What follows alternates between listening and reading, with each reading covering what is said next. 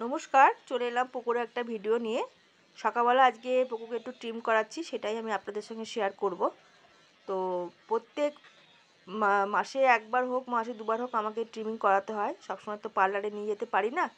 তো আজকে ওই জন্যই ভালো আমি আপনাদের সঙ্গে শেয়ার করি। দেখুন, এদের গায়ে এতটা লোমে গ্রোথ হয়, মাঝে মধ্যে ঘরেই আমাকে একটু ট্রিম করতে হয়।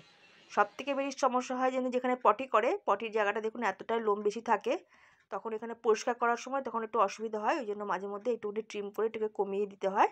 দিলে আমার এখানে পটি করার পরে পরিষ্কার করতে সুবিধা হয়। তো আর সবথেকে যেটা বড় সমস্যা হচ্ছে যে চোখের সামনে, ওই চোখের সামনের লোমটাও খুব বেশি বেড়ে যায়।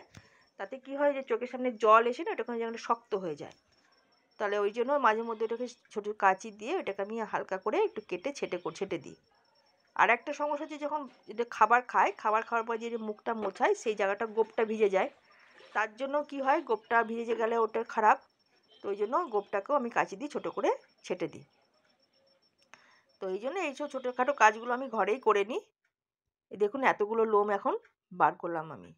আর যেটা সব থেকে দেখানোর, এই ফ্লোরার এই এই বডি শাওয়ারটা, এই ডগদেরই এটা আমি এখন পোকোকে ভালো করে বডিতে টাওয়ালও দিতে পারেন, বা বডিতে স্প্রে করে দিয়ে টাওয়ালটাকে ভিজিয়ে ভালো করে গাটা মুছিয়ে দিলে তাহলে আর ওর গায়ে যে লোমটা থাকবে সেটা উঠে আসবে।